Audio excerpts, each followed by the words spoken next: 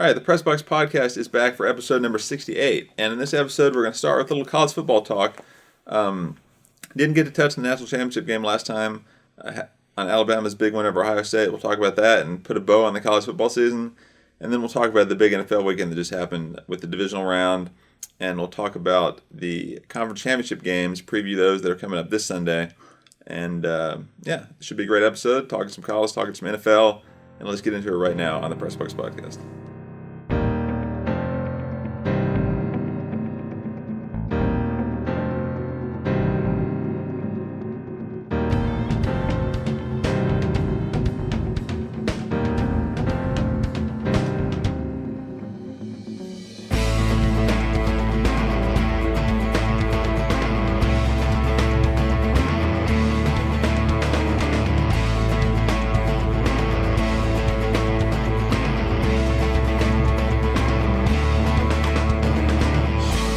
Okay, welcome back to the Press Box Podcast. This is your co-host, Ralph Miranda. I'll be joined by my other co-host, Joseph Miranda, and our producer, Nathan Miranda, shortly. This is episode number 68 of the Press Box Podcast.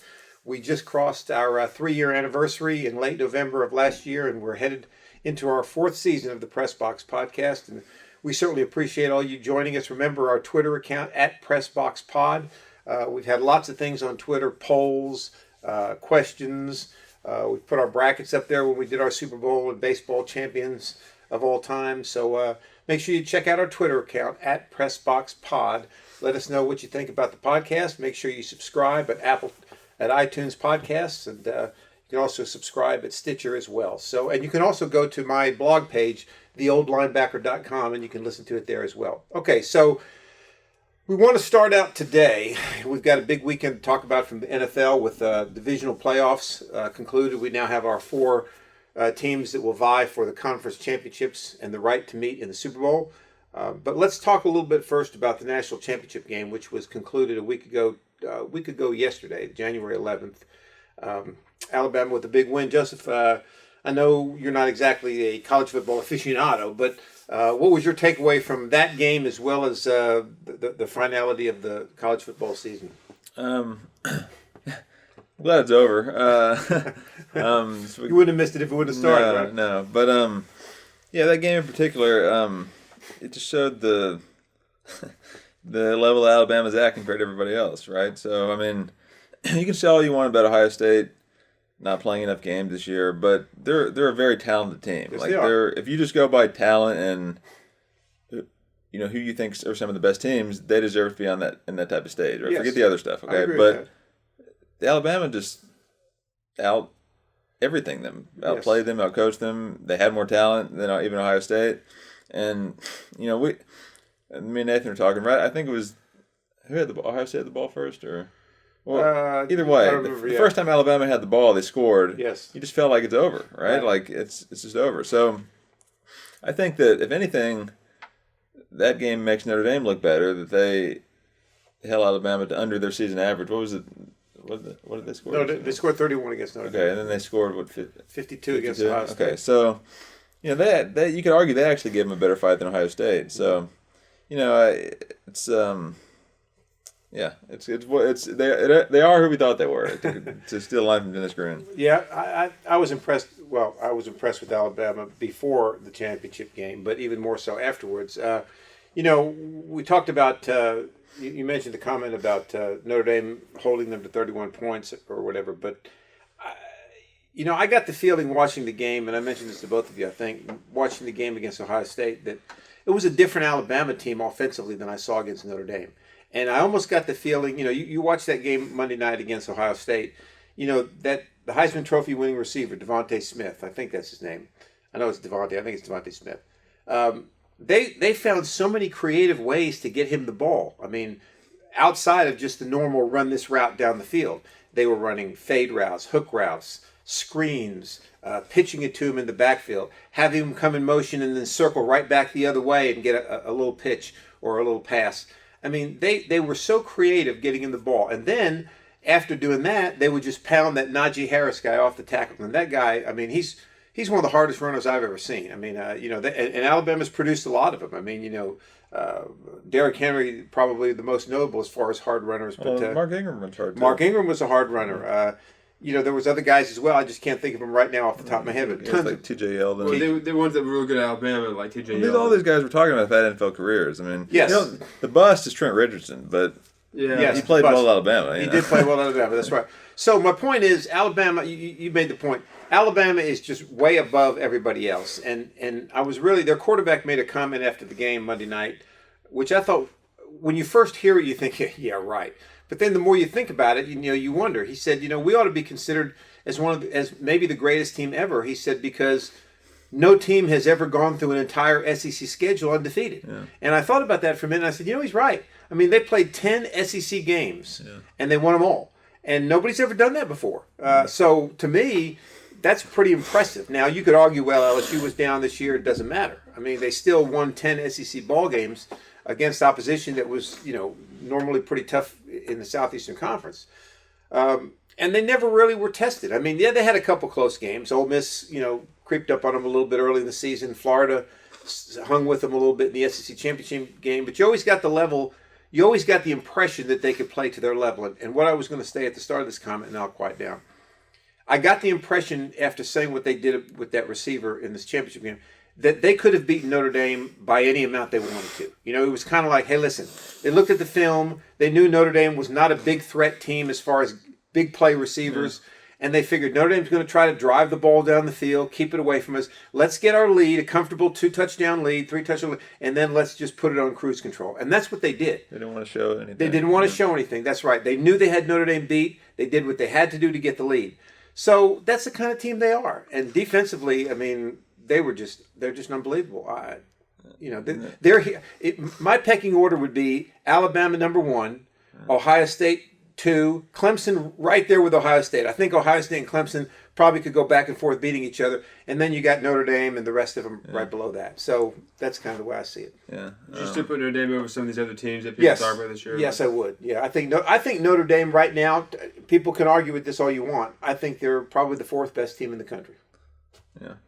Yeah, so, and then the receiver, the Devonta Smith he didn't play pretty much all the second half. He dislocated his finger. Right. He still ended up with like 10 catches and 200-something yards or 12 catches or something. I heard a stat, too. Which I think he was MVP of the game. Yeah, I think so. I heard a stat, too, which was surprising to me, that this was only the second undefeated championship season in Nick Saban's career at Alabama. Yeah, that makes sense. Yeah. I know they won a lot, but I kind of thought they were undefeated more than twice, but I guess I think the other one was like 09 maybe or something. That's interesting, because that's probably true, because they've had that. A lot of times they got into the championship, they might have a loss early in the season and then won the SEC Championship game. Yeah, that's right. So that's a good point, Nathan. I never thought of it that way, but I mean they're and they just reload. See, that's the thing that makes them so. Clemson's another one that does that. It seems like lately they reload, and Ohio State seems to do that. I mean, Ohio State's been noted for, stubbing their toe occasionally against a Penn State or against an Indiana, but they do have the same level of talent every year, and that's where some of these teams like Notre Dame have to get to, where every year you have that level of talent, and these teams are not there yet. Yeah. That means you just get that level of talent first, and then worry about keeping it. That's a good point. Yeah, that's you have to have it before you can worry about keeping it. That's right. So good game. I hope everybody enjoyed it. I'm just happy we had college football. We had a pretty good college football season, given all the pandemic scares, and hopefully next year we'll be back to normal. Or next year, this coming fall, we'll be back to normal, where we don't have to worry about postponements and so forth and so on. And the Alabamas of the world can play their Citadels twice a year. That's right. Alabama can go back to playing Citadel a couple times. That's right. That type of thing. So, all right. Delegating all that. Let's talk about professional football now, which is what we're here to do mostly. So, all right, we had 4 games this past weekend. We'll start on Saturday with the first game. The first game Saturday was Rams-Packers, right? All right, want to start? That game surprised me a little bit. I think I said here last week on the podcast that I watch out for the Rams. I thought their defense was strong enough to maybe give the Packers some fits, but it didn't turn out that way. Obviously, the loss of Aaron Donald, he only played like about 70% of the snaps, maybe 65% of the snaps. the Packers didn't throw the ball. They ran the ball on the Rams. Yeah. And that was what surprised me the most, because the Seahawks couldn't run it on them. Yeah. But the Rams, and offensively they didn't play horribly, but Goff just could not seem to get it done, consistently. And that was another game where I kind of got the feeling that the Packers were kind of toying with the Rams. It was kind of like, hey, we're going to win. We'll do what we have to do. We'll throw it when we have to. But they just ran up and down the field. And that was pretty much what you've come to expect from the Rams this season. They're kind of up and down. They beat the Seahawks last week, and they come out and, like you said, can't stop the run against the Packers. They looked like that all season. Really, they looked really good, like a team that could get to the Super Bowl, and then a team that doesn't belong in the playoffs. So right. This came up to one of those times where they looked like bad this past Saturday. You thought at one point they could get to the Super Bowl. I never felt like they were a team that could get to the Super Bowl. I mean, it's possible. They did it 2 years ago. Why can't they do it again, right? Well, that thing was better 2 years ago. That's what I'm saying. Yeah, but I got the feeling that had Cooper Kupp not been hurt and had Goff played even halfway up to what he played about a couple years ago. I'm not even talking about it in the playoffs. I didn't think they were going to get to the Super Bowl. I'm saying it's during the season. You're like, the Rams could get to the Super Bowl. I was asking if you were just saying that you really felt that they could make the Super Bowl. At points during the season, like middle of the season when nobody had really taken the lead in the NFC, sure. Okay. Yeah. I was surprised I was really surprised they beat the Seahawks actually. Were you? So I didn't expect much. I mean, Yeah. I guess what I'm saying is I think they should just be happy that they got this far. I mean, because I don't know how. I don't know how to beat the Seahawks. Considering how the Seahawks beat them 2 weeks before, Maybe it was you, Nathan, that brought this up Saturday, but I think you did. But anything to the point that the Rams or other West Coast teams are just generally soft teams, and that going to somewhere like Green Bay where it's like 10 degrees, they're just a softer team. They can't compete like that. I think I might have brought that up. I think moving to LA has made them soft. That's you said moving to LA. You said you said this was St. Louis. You said they played the season everything the same except they're the St. Louis Rams. The exact same team, exact same players. Everything was exactly the same. They were just located in St. Louis. It would have been a more competitive game against the Packers. Now I remember the conversation we had. I remember you saying that. I don't know that I buy that. The location of the city plays into that much. I don't know. Well, it's also just I know being in LA. It's just the mentality of the Los Angeles mentality. It's just the LA. I forget what word I used. I can't think of it. I used some word on Sunday. Or vibe. I don't know, but I forget what I said. Yeah, you think about it. I kind of agree with it a little bit. I mean, you take a look at these teams take a look at the Packers or the Kansas City Chiefs, for example, or, you pick your team. What is there to do in Green Bay and Kansas City? I mean, what I mean is these are lunch pail type guys. I mean, the weather's bad. They probably don't go out as much at night. There's not as much to do. So I think there's a little bit of truth to that. The weather is usually always good. They play in dome stadiums, maybe there's got something to do with that. The dome thing is big, but I do understand that back to my previous comment, had this whole season played out in St. Louis, they're still playing in a dome. Right. But my comment I still stand down. Well, I mean, Los Angeles specifically, there's only been the NFL there, recently, the past 4 or 5 years. So it's kind of a new thing, having football in Los Angeles. It is. I think count the '90s Raiders. We won't get off of this. We won't get down this path too much. But I think the same thing is going to happen to Oakland. Moving to Vegas is going to make them soft. Yeah, it has made them soft. Yeah, it may. That's exactly right. And I think that's the factor that you can't really quantify when you get to the playoffs. Is toughness takes over in the playoffs. I mean, I really believe that teams take it to another notch when it comes to playoff time. Yeah. And I don't know how to quantify that, but I believe you have to be a lot tougher to get through the playoffs. And some teams have it and some teams don't. You got to run the football. I mean, that's the thing I always remember about the 49ers when they had Joe Montana. Because everybody said, oh, Joe Montana, West Coast offense, Jerry Rice, John Taylor. But they ran the football. I mean, late in the season, they were able to run the football. And that's the thing you've got to be able to do. And you got to be able to stop the run. And if you can't do that, you're not going to win. Running the football is not a sexy thing to do, especially in a city like Los Angeles. That's true. That's true. They ran with Gurley, though. It's not like they did. Last point on that, you wouldn't equate San Francisco to Los Angeles in terms of the whole feeling of softness. You mean the two cities? Yeah. Because San Francisco's had a lot of success over It's different. San Francisco's It's not a different. glitzy place. The only place I would compare to is Vegas. And we haven't seen that play out yet. But it's not even the same, though. Okay. But this is the only one I would compare to. Miami? No. Okay. It's All right. it's like it's show business. It's Yeah, everything else that goes with it. It's the climate which Miami has, but it's also just the center of entertainment and show business and glitz and glamour and all this stuff. Yeah. It's not just the fact it's a big city, because New York doesn't have it. No. It's a different type of city. Okay. That's true. All right. All right, let's talk about the night game. Yeah. Baltimore Ravens against the Buffalo Bills. That was another game that shocked me. I said a couple times in this podcast that I thought the Ravens were a dangerous team and watch out for the Ravens. We all thought that. Yeah, and I didn't think that. You didn't think that? Okay. I think I made that clear on the podcast. Probably did. But I was shocked the way they played, weren't you? I mean... Not really. Well, no, not really. I mean, I thought. Well, I guess I'd have to say yes, just because I thought they were going to win. But I didn't think they were going to win so much because I thought they were going to come out and perform really well, dominate. I just didn't think the Bills were ready yet. I didn't think they were at the level yet of an AFC Championship type of team. You know what I mean? Mm-hmm. That's more why I thought the Ravens were going to win. So I guess I have to say I am surprised because I thought they were going to win, but I'm not really surprised in like the fact that they didn't come out like dominating or really like running the ball well or throwing the ball over the place or something. You know what I mean? Well, what surprised me about the game was the Titans had the lead on the Ravens and they couldn't stop Lamar Jackson. And we talked about, hey, Lamar Jackson's gone back to the old Lamar Jackson.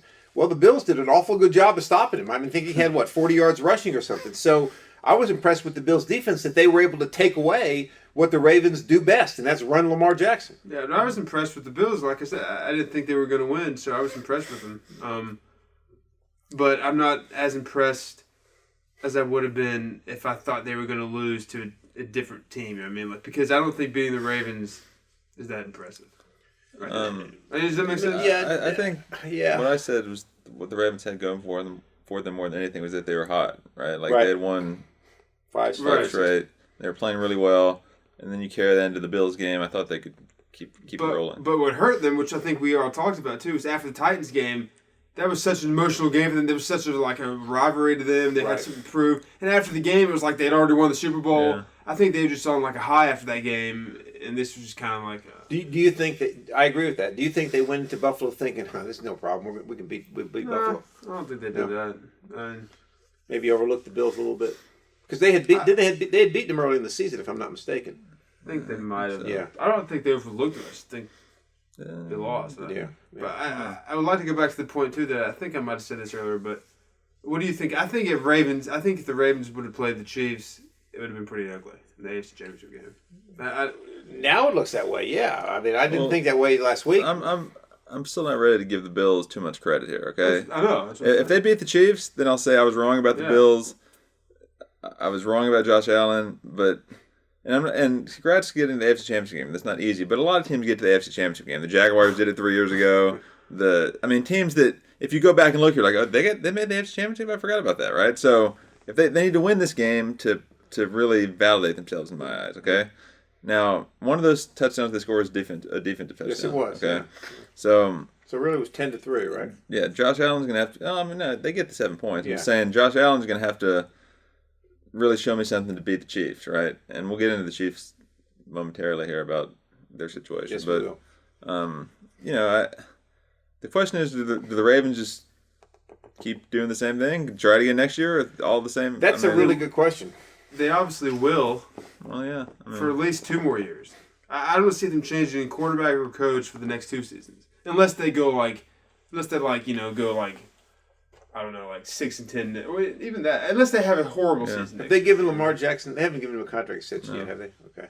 Well, they're going to have to make a decision here because we talked about this ad nauseum, I think, in a couple podcasts. But now you have a situation. Now let's look at this.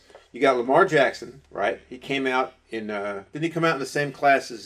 This was his 3rd year. This was his 3rd year. Okay. His first year, he starts late in the season, gets beat pretty badly by the Chargers. Second season, he's the MVP of the league, 14-2. They get beat badly by the Titans. He can't throw the ball at all. This year they come out, they start out bad, they get hot, they beat the Titans finally. He throws. Everybody's talking about he's exercised the demons, and then you go up to Buffalo and basically looks like the old Lamar Jackson. So I mean, to me, at some point, don't you think the Ravens have to kind of take off the rose-colored glasses and sit back and say, look, can we really win a Super Bowl with this guy?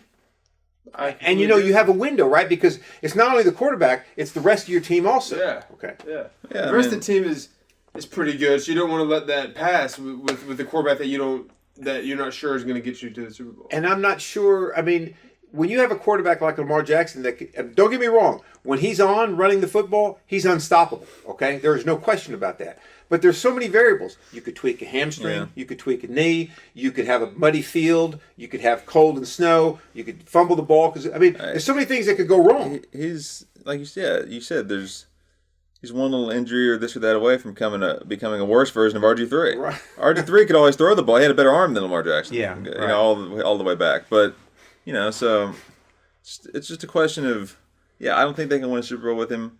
Do they have to ask themselves, okay, do we want to keep being good, 9, 10, 11 wins and get into the playoffs and just seeing if it works? Or do we want to basically try to rebuild in hopes that we can get to the Super Bowl?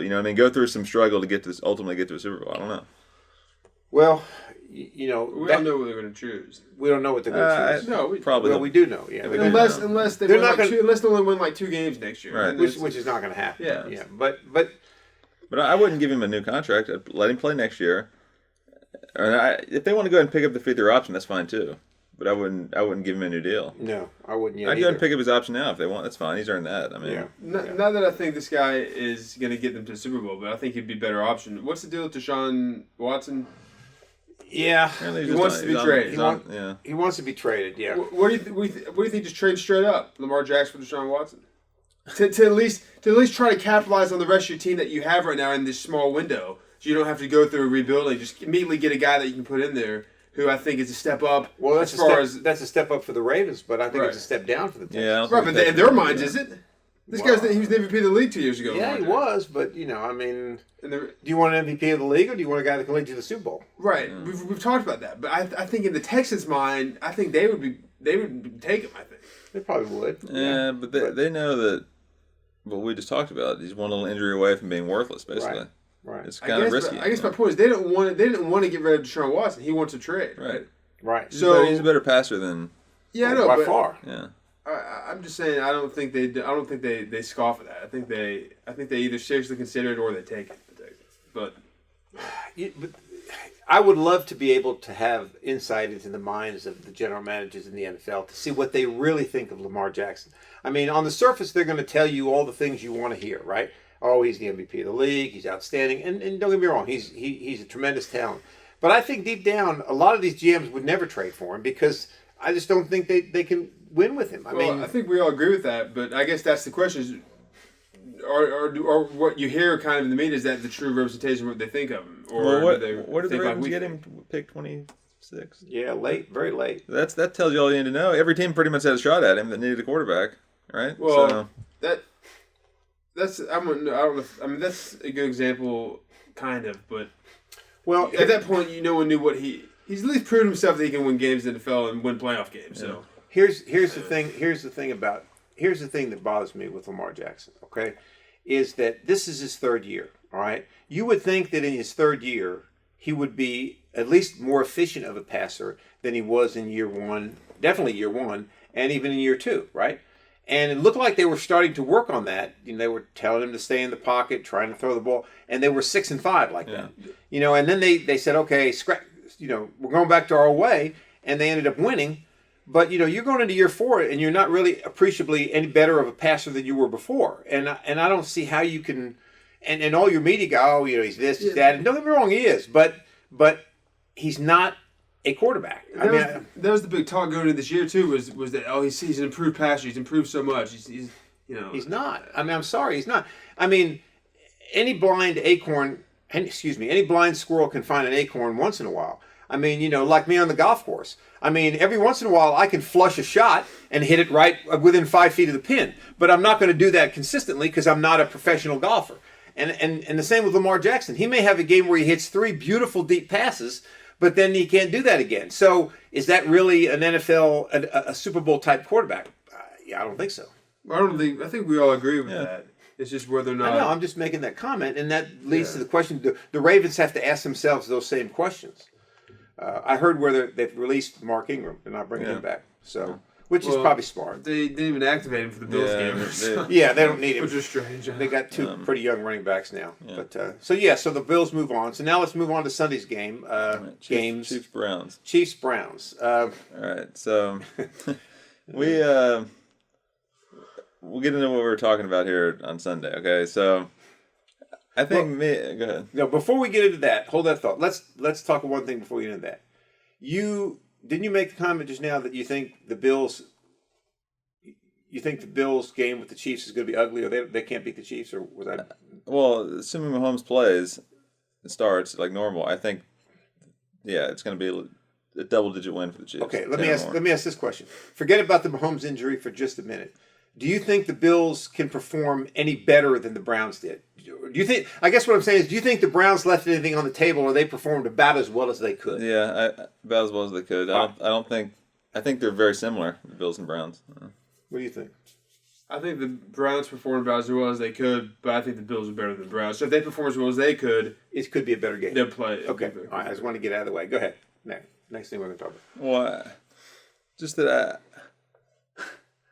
I think me and Nathan thought the whole time the Chiefs had the game under control. All right, like I don't know how to explain what we were talking about, especially when Mahomes is in there. Okay, I didn't really see any way the Browns could win. Okay, now it got a little worrisome when Mahomes had to leave with a concussion. Okay, right. But you're saying that it was those field goals, right? At the start of the game, replay what happened. Zach? Okay, all right. Very first time the Chiefs had the ball, which was first, they scored. They went down and scored, and they missed an extra point. Extra point. No big deal, right? 6-0. All right. Then the Browns kick a field goal, right? I think, yeah. And then the Chiefs kick another field goal, so now it's 9-3. Chiefs score again, it's 16-3. Chiefs kick a field goal before the half, it's 19-3. Okay, so 19-3 at the half. Now, the Browns, right before the half, remember that play where they almost scored a touchdown? The guy tried to reach in, he fumbled out of the back of the end zone. Okay, so it could have been 9. That would have made it 16-10. That was a 10-point swing? Yes, because it was 16-3 at the time, and the Chiefs took it then and drove down and kicked the field. All right, so it's 19-3 at that point. Okay, so here was my point. They'd already missed an extra point, which now doesn't seem like much because you're up 19-3. But right out of the start of the second half, the Browns get the ball and throw an interception, like the second play, okay? And the Chiefs take it down to like the 25. Mahomes is still in the game. They can't get in the end zone. They try a field goal and they miss it, okay? So now it's 19-3, all right? Still, the Browns get the ball, drive right down the field, and score. So now it's 19-10, okay?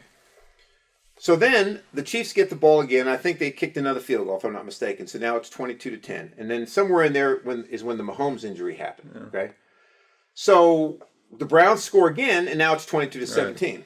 Right. My whole point in that matter was that game changed when they missed that first field goal. All right. If they would, you guys didn't agree with me, but momentum is a big thing, and I think that if you kick that extra point and you kick that field goal, instead of 19-3, okay, it's 23-3. All right. It was both of them that you were citing, not just both of them. Okay. Right. So the only reason that those misses played a factor or came into play was Mahomes being hurt. Yes. Had he not come out, that wouldn't have mattered. Would have mattered a bit. Yeah. I disagree. Explain why. And before you explain, in case we asked you this point specifically, you got off explaining, and we were like, no, we asked you this point on the day. You said if Mahomes had never got hurt, if he had played the entire game, right, do you think those points still would have mattered? And you said yes. Yes. And then I said, explain why you think that. Yeah, okay. The reason when exactly did Mahomes, what was the score when he got hurt? Was it 22? Wasn't it 22-10? Yeah, I think so. It was 22-10, right? Probably. Okay, when he got hurt. Or 19-10, I don't know. Okay. Let's say it was 22-10, okay? Mahomes' injury has nothing to do with the defense. So let's say Mahomes wouldn't have got hurt, all right? So now it's 22-17, all right? Now, yeah, you could probably say that Mahomes would have driven the ball down. He might have scored, but we don't know that, okay? The Browns had some momentum there. They were within one score of the Chiefs. So my point was that had they kicked the extra point and had they kicked the field goal, okay, it now would have been 26-17. Okay. So they would have had a 9-point lead. So even with Mahomes in there, that's a bigger cushion, and it's harder for the Browns to overcome that. But when they were within one score, the momentum started to kick in. Now, I don't know if they would have stopped the Chiefs or not, but I still think it could have made a difference in that ball game. Well, Mahomes wouldn't have dropped back and just thrown that lob pick that Henne threw. That's what kept the Browns in the game. They would have at least got a field goal out of that drive, or maybe even scored. I guess what you're saying is you see that happened after the injury, that pick. Yes, Henne threw it. Yeah. Yeah. So at the time of that injury, whatever it was, 22-17. I think it was 22-10 when he got 22-10. You're saying that from that point on, it still would have been within like a one possession game. For those 4 points to matter, it would have had to be within one possession game, right? Yes. Okay, so you're saying it would have remained a one possession game. It would have become a one possession game because I don't think it was the time of his injury, and it would remain such throughout the rest of the game. And you're citing for that anything could happen. Like I see that anything could happen, but based on what we saw up to that point, and based on what we've seen from Mahomes his whole career, basically, what would make you think that would happen? Okay. Well, would you not agree with me that in a football game, okay, especially, you have to capitalize. You're not always going to do this, but you have to capitalize on every opportunity you have, especially in the playoffs. Okay. Would you not agree with that? They should have made those, yes. Okay. That would have been nice. Well, my point being that those mistakes, okay, put the Browns back. Now the Chiefs won the game, but it put the Browns back in that ball game. So my point is, let's factor. Well, wait a minute. Listen to me here. Let's play it out. Let's say they would have made the extra point and made the field goal. Okay. Right. So now when Mahomes gets hurt, it's 26-10. Am I right? Okay. Okay. Right. So the Browns score again. Well, now it's 26-17. What I'm saying is that would have given the Chiefs the Brown. I don't think the Browns would have had a chance to even make it a game that they could possibly win, because it would have changed the whole play calling that the Chiefs would have done with Henne as quarterback. Because see, now even if the Browns score again, it's 26-17. You still have a 2-score lead. Henne, you could operate differently with Henne than you could before. Right. But this is all. Now what you're telling me is those points become more important when Mahomes got hurt. Correct. Which is correct. We agree with that. We don't disagree with that. Yeah. Once he got hurt, those points became more important. Yeah. Which is why you need to capitalize, because you never know what can happen if but you get hurt. But you keep going away from that initial thing. The initial thing is, had he never gotten hurt, will those points have mattered? You say yes, we say no, and you'll fail to convince me otherwise. I still say they would have mattered. Based on what, though? Based on Mahomes, the way he was playing in that game, based on the way he's played his whole career, especially in the playoffs, what would make you think that he would have performed as such a man that would have led the Browns back into that game?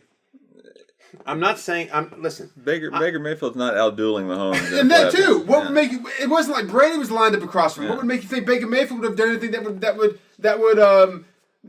make up for what the Chiefs are doing and put the Browns pull all them back? Here's what I'm saying. Okay, you'll never obviously get Andy Reid to admit this, but the reason he went for it there on 4th and 1 at basically the 50, is he knew Baker Mayfield's on the other side, and they needed a touchdown, not a field goal. Right. So he was saying, "Look, I'm going to bet that Baker Mayfield can't drive it down and score in a crucial playoff game," and he's probably right. That he probably felt really good about going for it.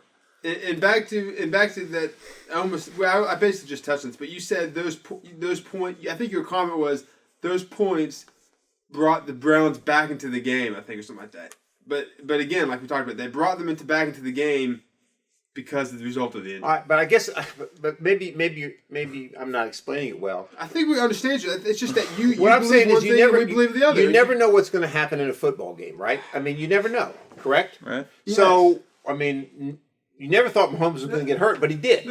Now what I'm hearing is that... No, let me finish, okay? Let me finish, all right? What I'm saying is that I don't want to say this. Let's say Mahomes doesn't get hurt. I still say they matter, those points, because we don't know if it's 22-17. Obviously, you'd rather have the ball in Mahomes' hands than you would in Henne's hands. Okay. And I agree with you. Mahomes is not going to throw that terrible pick in the end zone, okay? But you never know what's going to happen when you're within one score. Am I right? I mean, Mahomes could have fumbled the ball.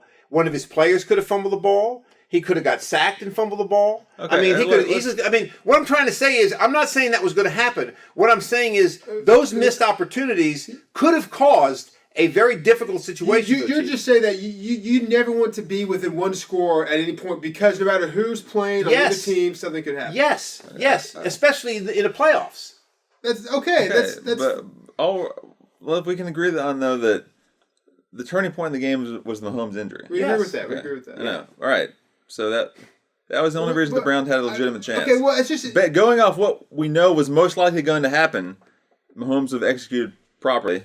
I guess that's my point. Yeah. I understand what you're saying. You're saying that you never want to be within one score, regardless of who's in the game, just because you're within one score, right? Right. But all you can go off of is what most likely usually happens. But then when you look at but then all like Joseph said, all you can go off though as to, if you're going to predict what will happen, that's what we're asking you to do. If you're going to predict what would happen, the only thing you can go off is what you've seen, right? Like what? Yeah, and sure, anybody could fumble at any time, but most likely, But if you're going to ask somebody, but do you think those points are going to make a difference? Though, sure, anything could happen with them, but do you think they're going to make the difference in the game? All you can go off of is what you've seen, and we're saying, from what we can tell, it would not have. You're saying you think it could have, and I think anybody would agree that it could have. You're making the point that it could have made a difference, but we're saying, do you think it would have? And I think you said on Sunday, yes, it would have. We're saying no, it won't. But do you not agree that, forget about all the Mahomes and what he would have done, do you not agree from a football standpoint that if you when Mahomes goes out with the injury, if it's 26-10 instead of 22-10, okay, even if the Browns score again, do you not feel like subconsciously the Browns are thinking, hey, we just scored, but we still got to have two more scores. So you play defense a little differently. You don't take as many chances on defense because you can't afford another touchdown for the other team. I just think that even with Mahomes in there, it changes the complex of how the Browns play that game. Okay. That's what I'm saying. That's what made it closer to me, even with Mahomes in there, even had he been in there. Okay. You see what I mean? All right, that's fine. But okay, I guess we're just talking search. But I'm going to go back to asking this one question, because maybe if you answer this differently, it would clear up everything in my mind. And then we're going to move on after this. Then we're going to move on. You've already answered this, but I just want to make sure, because let's say Mahomes never gets hurt. Never gets hurt. All right? We've established those points could make a difference then. Right. Because they're only within one score. Right. They could. Anything could happen. Right. Do you think they make a difference? No. Okay. Yeah. That's what we agree. But they could have. That's my point. Is they could have. I don't think Joseph and I are saying that there's no possibility it could have made a difference. We're just saying there's no way in the world. There's no. You have a better chance of winning the Powerball Mega Millions than those points making a difference in that game. I think is what we're trying to say. Okay. So I think we're back. Okay. If you would just said at the start, I don't think we would have had any quarrel with it. Okay. All right. Fair enough. Real quickly before we move on, Mahomes plays this week, right? Oh yeah. Of course. Did you see the report that just came out? He's cleared. He's done a great job. He's cleared most of the protocols, and he's going to practice tomorrow. He could practice tomorrow. So yeah, he'll play. Yeah. All right. Finally, it's tough to beat a team 3 times in 1 year. Okay, and that was proven right in the late game on Sunday. The Buccaneers winning 30-20. All that stuff aside, like, I just felt kind of bad for Breeze towards the end. Like, he just didn't have it. He obviously was trying hard. He's a great quarterback in NFL history. He just couldn't do it. And I think he realized it. I felt bad for him too, because you can see that he's somebody who has in the past had that ability. Yeah. He knows it, but he just can't muster it anymore, and it's a little sad. Yeah. You know what I mean? That's all. As opposed to somebody who's in that position and performed that way that's never been able to do that. But I would still feel bad for them too, but it's he knows he's capable of it and he's done it before, but it's just he can't muster that anymore, and it's a little sad. Well, I don't feel any sadness for Drew Brees for my own personal reasons, but I think you have to give Drew Brees a tremendous amount of credit, because when he got that injury in San Diego back in 2005, was it? Okay, the shoulder injury. They never thought he'd ever play again, because it was a pretty bad shoulder injury. Yeah, and the Chargers didn't want him anymore. The Dolphins had a chance to get him. All right. Saban wanted him, which could have been a franchise-changing. That could have changed the college football for decades. Yes, it could have. That's exactly right. That's exactly right. He goes to New Orleans, and again, the Hurricane Katrina thing, and all that, but he basically changed the culture of that team, right? Mm. I mean, with him and Sean Payton, the Saints went. I mean, up until 2006, the Saints were horrible. Yeah. I mean, they were just a horrible football team. They had a couple of years, but since 2006, you got to admit the Saints have been a very good football team year in and year out, with the exception of 1 or 2 years. So Breeze gets a lot of credit for that. I mean, tremendous amount of credit. He's a future Hall of Famer. He's won a Super Bowl. He's a great, great quarterback. But I agree with you. I mean, you could tell this year that he really doesn't have it anymore. And I think he came back a little too quickly from the cracked ribs. And I think the reason of that was he saw Taysom Hill breathing down his neck. I just think that I don't think they're going to even want him back. He's not going to come back. I have a lot of things to say. Hopefully, I can remember well. First of all, I agree he came back too quickly. I remember when he first came back, I was like, "What? Like you don't need to play right now." Right. I don't know why he did that. You're citing the Taysom Hill thing, which maybe, but why would he care about that? He knows he only has this year, maybe one more year left. Right. The guy's breathing down his neck. Like, come on. But he wants to play. Yeah. All right. So maybe, but I do agree he came back too quickly. But I don't know if that had anything to do with it. But then back to the other point. You said, Joseph, that he just didn't have it anymore. Right. But somehow, had they just lost one of those first 2 games, he would have had it and they would have won the game. That's what it... Wait a second. Did he play in the second game? That's a good question. Regardless of what happened in those first 2 games, he doesn't have it in this game, they're going to lose. Like, it's not any tougher to beat the Buccaneers because they won the first 2 games. I know, but I'm saying the more you play the team, the more likely you're not going to keep beating him. It's just, what can I say? I mean, I know what you mean, but it's just weird for me to imagine the Buccaneers win week 1. All of a sudden, it's on September 13th, whenever they play the game. All of a sudden, it's so much easier for the Saints to win on January 7th. You're taking it too literally. Like, the reason the Buccaneers won was not because it was a third game that they lost to. They won because of the way they played and the way the Saints played. Yeah, but it just so happens that it was the third time just they so played. happens. That's No, I mean, like, it's just a term that's like, yeah, it's tough to beat a team 3 times. And it is. The Saints couldn't do it. It is. Yeah, I mean, but here's the thing, though. I mean, let's face it. 2 of the Buccaneers' scores, maybe 3 of them, came off Breeze turnovers. Right. All right, which gave them really good field position. And another thing, the Saints ran a punt back for a touchdown that got called back. Yeah. Okay, so you're right. The Saints, all things being equal, Breeze doesn't throw it, they'd probably win that game. The things I've heard from you all to make your point that's tough to beat the team 3 times or what, which are valid points. It's the way you prepare for the game. Right? How both teams prepare. Right. One team thinks we need to obviously change something up. Right. The other team thinks, well, we probably shouldn't touch it because we've won twice. Right. That type of stuff, which I can agree with that. Maybe. The 3 things you decide, the punt being called back, the picks there. Right. Those things had nothing to do with what you cite as to why it's tough to beat a team 3 times. That's completely separate. It's just a saying based on odds now. I know. I'm not saying it's not a saying. I'm not saying you made it up. I'm just saying that it's a little bit ridiculous that people keep hashing that saying. Mention it once. Tough to beat a team 3 times, then move on. You know what I mean? As just a whimsical little thing. But to keep citing that, like in your predictions of the games, or tough to beat 3 times, like. Yeah, maybe not. You know? Yeah, maybe not. I heard at least one person say on TV, not that it validates anything anymore, but I just thought I was wondering if I'm the only one who thinks this way. There's at least one person on TV who mentioned over the weekend basically the same words I used, that it's tough to beat the team 3 times unless you're better than that team. I think Aikman said that. Was it Aikman? I think it was Aikman, yeah. Well, but you know, a lot of people cited the fact that it was tough to beat 3 times, like you all did. You made the point, though, that the punt return that was called back and the Breeze interceptions didn't have a factor in that, but I think it did from the standpoint of that when you're trying to beat a team for the 3rd time, those type of things will prevent you from doing it. You see what I mean? So, in other words, had they lost one of those first 2 games and this happened, nobody'd say anything. Nobody'd ever bring up, well, it's tough to beat a team 3 times. But it's just that you can't count on mistakes not happening 3 times against the team. You see what I mean? Okay, that might be okay. You can't. Okay, so it's tough to beat the team 3 times might be a valid reason going into the game, saying that it's tough to not. If you said they didn't have a lot of mistakes the first 2 games, right? It's tough to beat a team 3 times. Therefore, it's unlikely they avoid mistakes in the 3rd game. Yes. Okay. Against a good team. All right. Your point comes into effect. If you're playing a bad team, those mistakes won't matter. You're still going to beat them the third time. Okay, so it's unlikely to avoid mistakes the third time if you've avoided them the first two times. You're assuming that winning the game means you've avoided those type of mistakes. Well, sure, because had they avoided them, they probably would have won the game.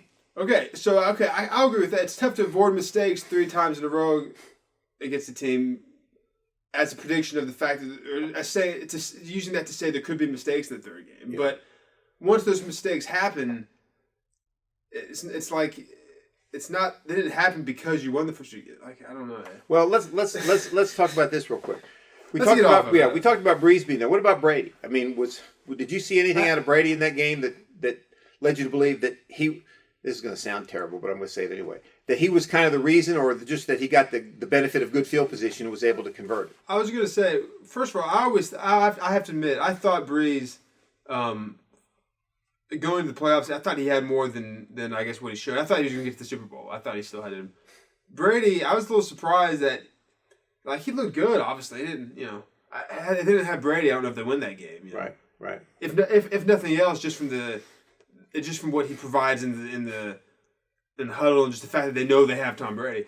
But it didn't look like. There's some times where I thought like he didn't look like. It looked like he was not at the kind of heights that he had been at in previous postseasons. Well, let me say this real quick, and then you can jump in. It didn't look like he was hitting on all cylinders. Yeah, I look at it this way. Tom Brady, as great as he is not the same Tom Brady that he was 10 years ago. Okay, he's just not. 43 years old. Right, but here's my point. We're not holding that against him. No, I'm not. Yeah. But what makes Tom Brady so great, and what made the Buccaneers this year one step now away from the Super Bowl, he has lifted that entire team. Yeah, exactly. Okay? Yeah. Jameis Winston, I'm sorry, can't lift that team like Tom Brady. You notice how Tom Brady, I forget the exact play, but somebody either missed a pass or ran the wrong route. He just jumped down their throat. He's got that fieriness about him. He's going to make every player on that team play up to their level of capability, where a quarterback, unlike him, won't do that.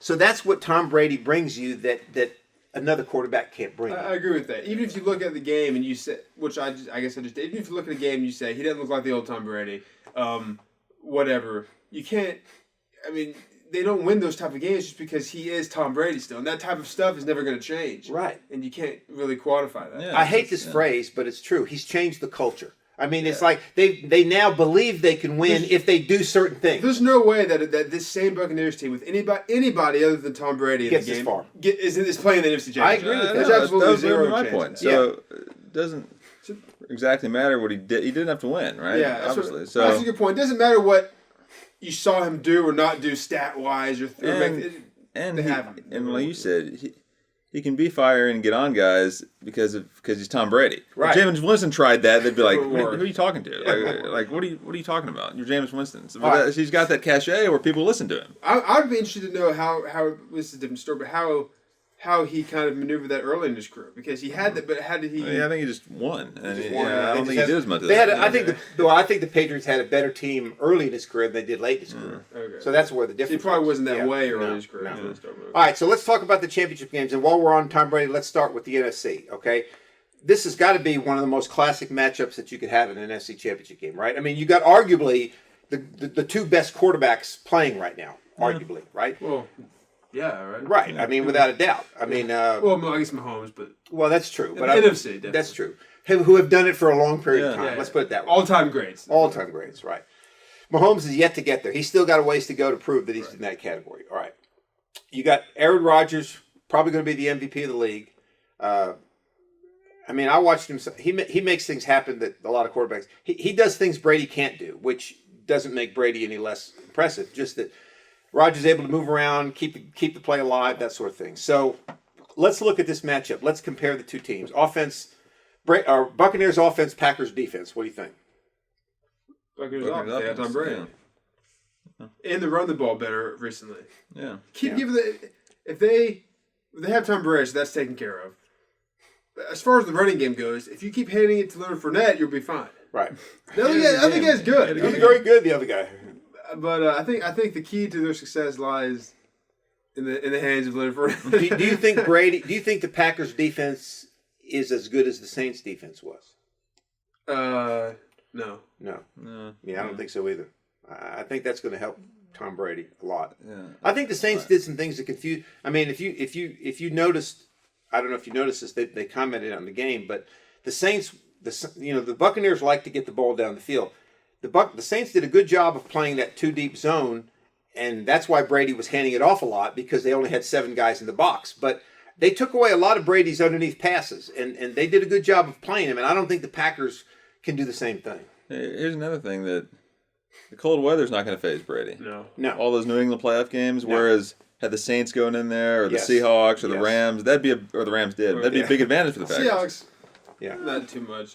All right, let's Because I look at the Seahawks, it's kind of cold in Seattle. Then they kind of proved it when they played the Super Bowl in New York, and they Manning, worthless in the cold. That's who they beat. Yeah, that's right.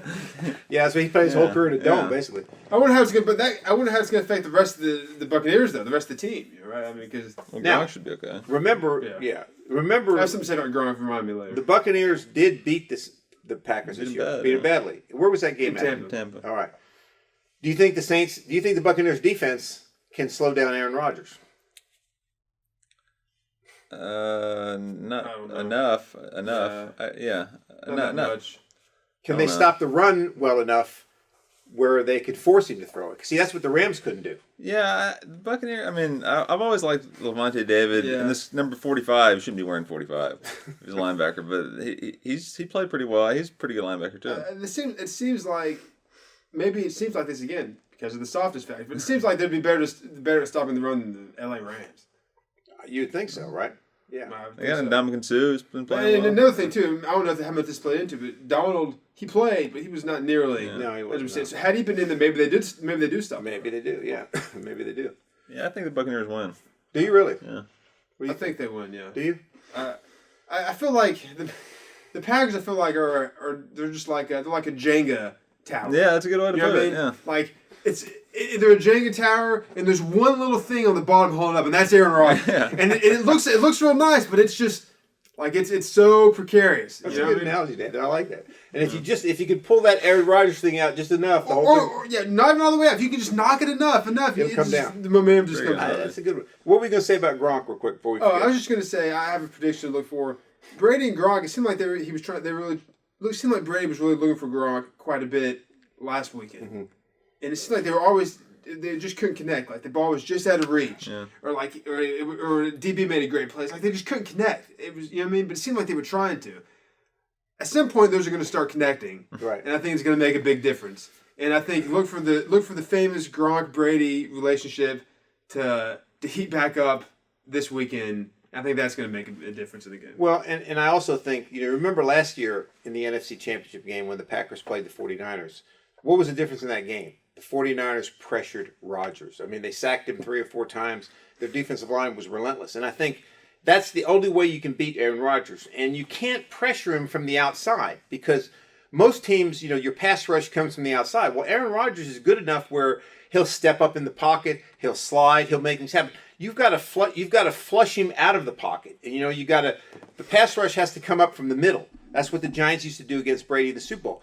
Up the middle pass rush, flush him outside the pocket where he becomes less effective. When you get a quarterback out of the pocket, he's really only got half of the field he can read, right? Because he's not going to throw it across the field. But if he can step up in the pocket and move around, he can still see the entire field. So look for that pass rush by the Buccaneers. I feel like that is more important for a guy like Brady though than Rodgers. Historically, I feel like has been pretty good out of the pocket on the move, right? That's true. Yeah. But if you can He's pressure older. him from the middle, he can't. He's got to pull the ball down and get outside. See, and I think that's the big difference. But anyway, we'll see. Who are you picking? I'm going to pick the Packers, and the reason I'm going to do that is because this is their first NFC Championship game at home with Aaron Rodgers, and I just think it's going to be hard to stop him with Aaron Rodgers. Yeah, and I just think it's going to be hard to stop him. 2010, they played the Bears in Chicago. Last year, they played the 49ers in San Francisco. 2014, they played the Seahawks in Seattle. And they played the Falcons in Atlanta back in when the Falcons went to the Super Bowl. So this is the first time that they're playing. He wasn't playing when the Giants beat Favre. No, he wasn't. No, he was on the team, right? Yeah. He was on the team, but he was playing. So, I know that seems stupid because there's not going to be a lot of fans there, but I just think Aaron Rodgers is a more comfortable quarterback there, as the Packers are. Goes back to our toughness at home. But I just, it's going to be a very close game. I think it's going to be a classic. but I just think the Packers are going to pull it out. So, Yeah, so AFC Championship, is there much to talk about there? I mean, What are you saying? look, my preseason Super Bowl pick was the Chiefs Cowboys. Okay, Yes, it was. And so I'm going to stick with the Chiefs, obviously. I keep coming back to the quarterbacks. Josh Allen is slightly better than Baker Mayfield. But he's gonna do something stupid in this game at some point, and you're gonna be like, "What was that?" And he's gonna make some good throws. He's just not ready. He's not ready yet. Now, like I said, if the Bills win this game somehow, I'll anoint Josh Allen the real deal, and I'll say they proved me wrong. Okay, but they have to win this game. Otherwise, I still don't believe it. What if he makes some stupid mistakes, but for whatever reason they end up pulling the game out? Then they win. Then great. They still prove me wrong. Yeah. Okay. If you get to the Super Bowl, you get to the Super Bowl. well, assuming Patrick Mahomes is healthy, and assuming he's the same Patrick Mahomes, I don't see any way they can beat the Chiefs. And the reason I say that is what impressed me about the Chiefs, and I think I mentioned this when we were watching the game. 2 years ago, they just didn't have enough to overcome Tom Brady, right? They were one play away. He throws an interception, Brady, that would have ended the game, and their defensive linemen lined up off sides. Last year, they came out flat, right? They were the number one seed. The Texans jumped on them 24-0. The Titans jumped on them by 10 points. This year, they were a different team. I mean, they came out ready to play and clicking on all cylinders. I think being the defending champs, knowing what it takes, I think they're going to be very hard to beat at home. And I think, like you said, Josh Allen is young enough yet where they're going to pressure him. They're going to show him some looks that he hasn't seen before.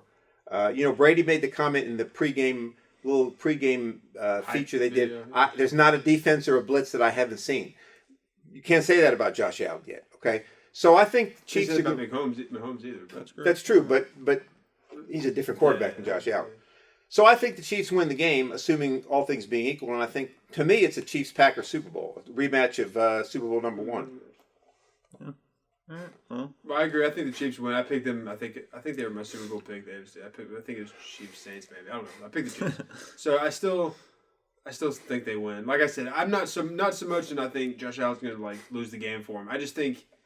Well, I don't know how to put it. I just think that I'm a little higher on Josh Allen than Joseph is. Yeah. But I do think that he's still young. I don't think he's ready yet. I don't think he's a Super Bowl caliber quarterback yet. I think he will be. But I think he's made a great improvement this season, obviously.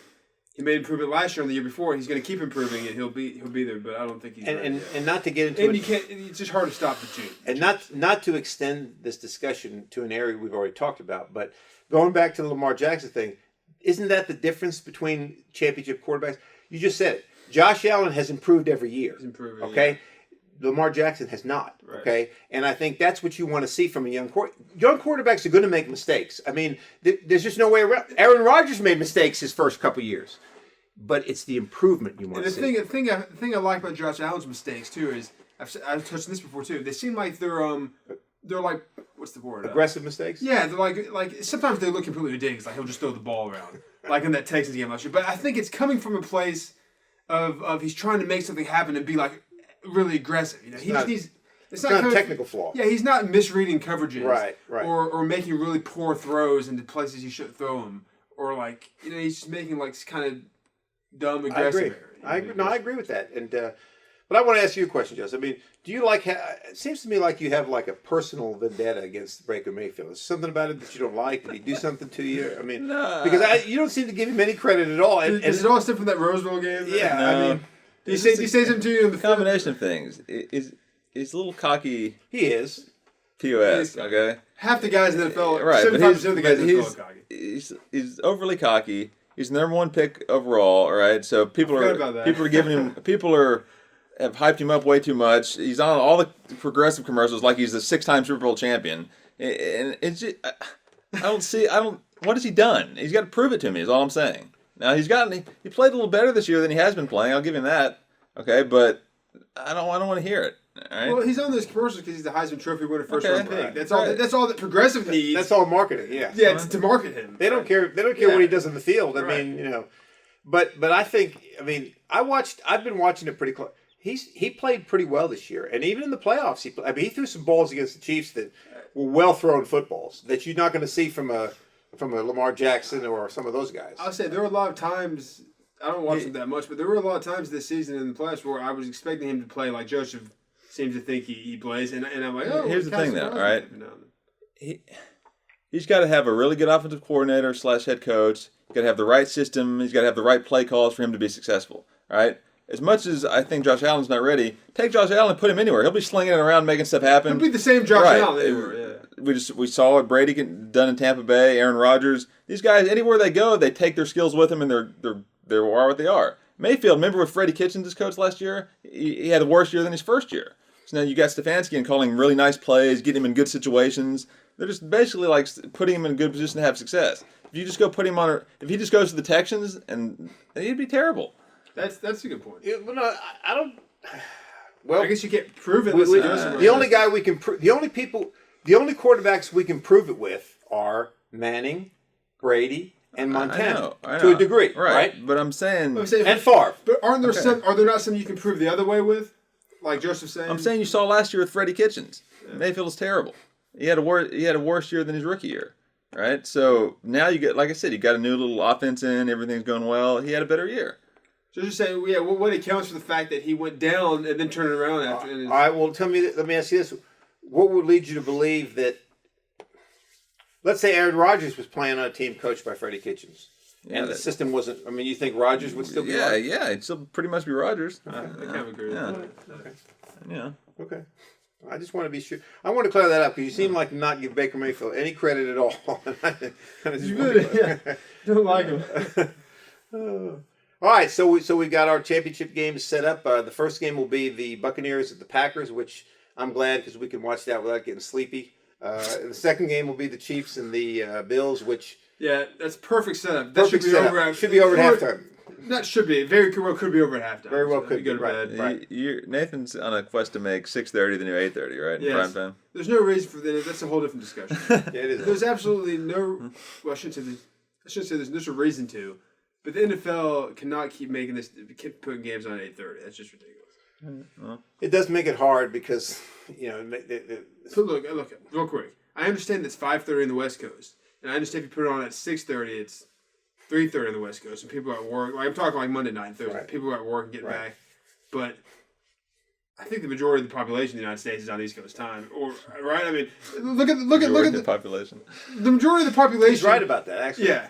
Take from split the United States down the middle. The majority of the population is on the east. Okay, yeah. So you have to go with where the majority of the population is. I'm sorry. You have so many more. You have so many other benefits living on the West Coast time. I think they can take this hit for primetime weekday games because it doesn't affect Sunday night. Right. Yeah. Well, that's true. That's true. That's a good point. All right. Well, and next week we'll get into some more of the coaching hires and stuff too, because we'll only have 2 games to break down. But so enjoy the games this weekend. And we will see you on the next episode of the Press Box Podcast.